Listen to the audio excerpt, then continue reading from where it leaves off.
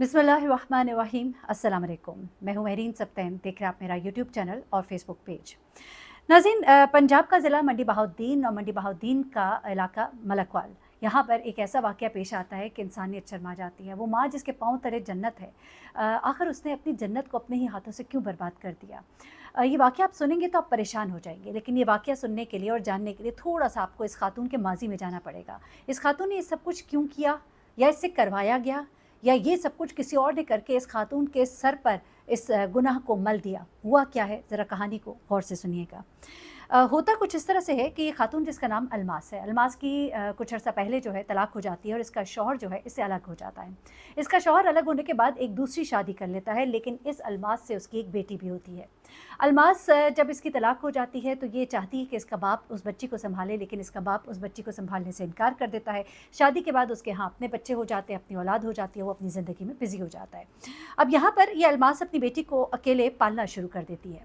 ऐसे में ये ईद आती है, बड़ी ईद पर ये अपने बड़े भाई की तरफ जाती है। इसके बड़े भाई के यहाँ कुर्बानी होती है और कुर्बानी के लिए ज़ाहिर सी बात है गोश्त लेना भी होता है। उसके अलावा सबके साथ मिलकर ज़रा ईद अच्छी गुजर जाएगी, अपनी बेटी को अच्छे अच्छे कपड़े पहनाती है और उसको तैयार करके अपने भाई के घर चली जाती है।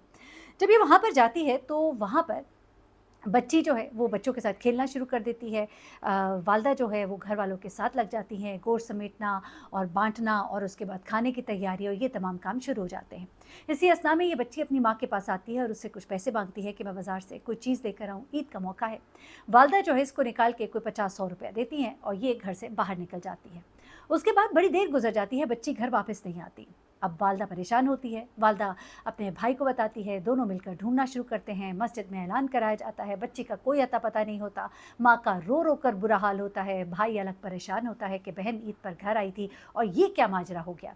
इसी असना में एक जानिब से शोर उठता है और पता लगता है कि खेतों में एक बच्ची की लाश मिली है। बच्ची की लाश ऐसी हालत में थी कि उसे देखना मुश्किल था। बच्ची पर शदीद तशद्दुद हुआ था, डंडों से उसे मारा गया था। उसका मुंह, उसका चेहरा मस्क था, उसके कपड़े फटे हुए थे। जब माँ और मामू वहाँ पर भागते हुए पहुँचते हैं तो देखते हैं कि ये तो इन्हीं की बच्ची है। माँ की वहाँ पे चीखें निकल जाती हैं, वो गश खा खा कर गिरना शुरू हो जाती है। लोग वहाँ इकट्ठे हो जाते हैं, अहले इलाका जो है वो शोर मचाते हैं। हर तरफ एक वावेला होता है कि ये क्या हो रहा है, हमारी बच्ची के साथ हमारे घरों की बच्चियाँ महफूज नहीं हैं। ये क्या हुआ कि ईद के रोज़ बच्ची जो है वो बाहर निकली और उसके बाद उसके साथ ये सब कुछ हो गया। उसके कपड़े फटे होते हैं और ऐसा लग रहा होता है कि बच्ची के साथ ज़्यादती की गई है। अब यहाँ पर हर तरफ एक शोर है, लोग परेशान हैं। हाई लेवल पे ये केस जो है ये उठ जाता है और तकरीबन रात होने तक ये केस जो है इस पर ना सिर्फ ये कि मुकदमा अगवा का दर्ज किया जाता है जो पहले दर्ज था, अब उसमें कत्ल की शिक भी ऐड हो जाती है और यहाँ पर बच्ची की हालत देखने के बाद इसको हॉस्पिटल मुंतकिल किया जाता है उसका पोस्टमार्टम के लिए और उसके जिस्म से नमूने इकट्ठे करने के लिए। ये खबर वज़ीर आला पंजाब मरीम नवाज़ तक पहुँची तो उन्होंने भी फ़ौरी नोटिस लिया और हर तरफ एक थरथली मच गई। अब उसके बाद फ़ौरन ही इसके जो बीवी से पूछा जाता है तो वो अपने साबिक शौहर इफ्तिखार का नाम लेती है और कहती है कि मुझे उस पर शक है।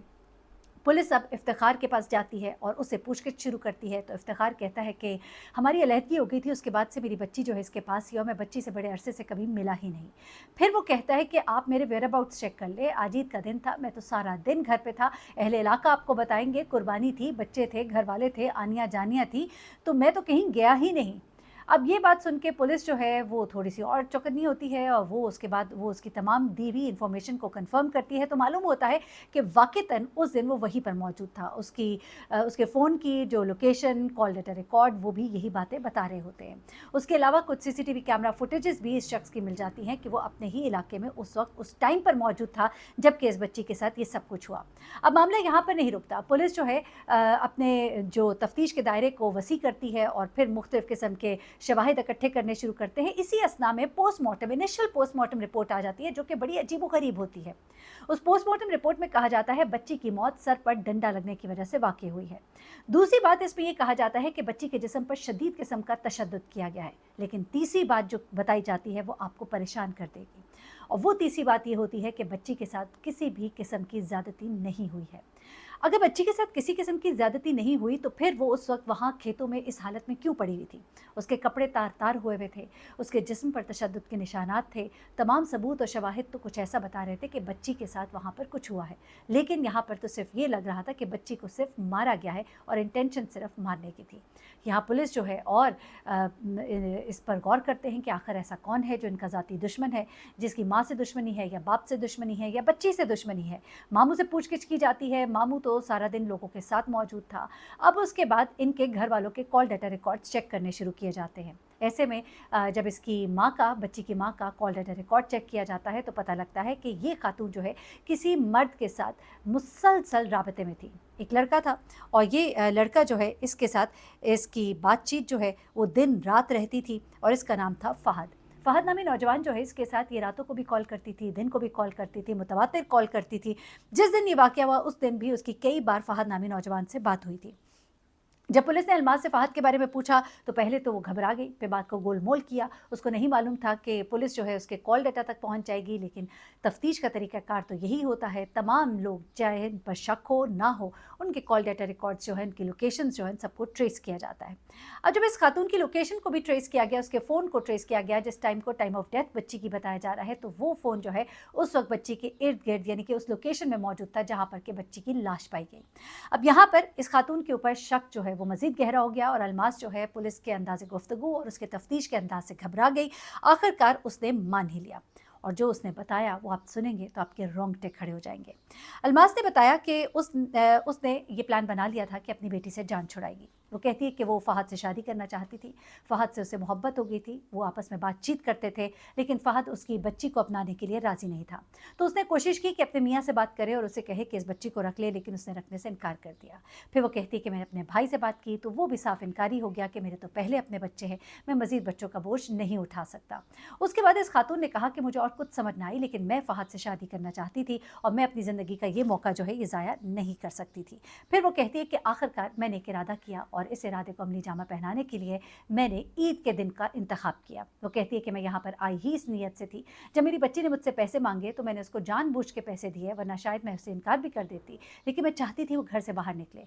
जैसे वो घर से बाहर निकली मैंने चादर ली और मैं अपने चादर में एक डंडा छुपाकर बाहर निकली। जैसे बाहर निकली बच्ची को मैंने आवाज़ दी, बच्ची मेरी तरफ आई और मैं उसको लेकर खेतों की तरफ चली गई। वहाँ जाते ही मेरी बच्ची का मुंह दूसरी तरफ था और मैंने घुमाकर उसके सर पर डंडा मारा और वो नीचे गिरकर बेहोश हो गई। मैंने फिर उसके सर पर 2-3 बार और किए और वहाँ पर ही उसका दम टूट गया। उसके बाद वो कहती है कि मैंने उसके जिस्म पर बेतहाशा डंडे मारे ताकि ऐसा लगे कि इसके साथ कुछ तशद्दुद किया गया है। फिर मैंने इसके कपड़े भी फाड़ दिए ताकि ये गुमान गुजरे कि इसके साथ ज़्यादती हुई है। फिर उसने कहा कि मुझे ये भी पता था कि जब पोस्टमार्टम रिपोर्ट आएगी तो उसमें ये कहा जाएगा कि बच्ची के साथ ज़्यादती नहीं हुई, तो मैं शो डाल दूंगी कि यहाँ पे पुलिस जो है उसकी कोताही है और उसकी गफलत है और ये झूठ बोल रहे हैं। और यहाँ पर ये खातून जो है अपनी तरफ से पूरा प्रूफ एक कहना चाहिए फुल प्रूफ प्लान जो है वो बना के बैठी थी, लेकिन कुदरत का इरादा कुछ और ही था और इस खातून ने पकड़े जाना था, एक जालिम औरत जिसने कुर्बानी वाले दिन अपनी ही नौजवान बेटी की कुर्बानी अपनी ही गुनाहगार खुशियों के लिए दे दी। तो बहुत ख्याल रखिएगा, तो हमें याद रखिएगा। अल्लाह हाफ़िज़।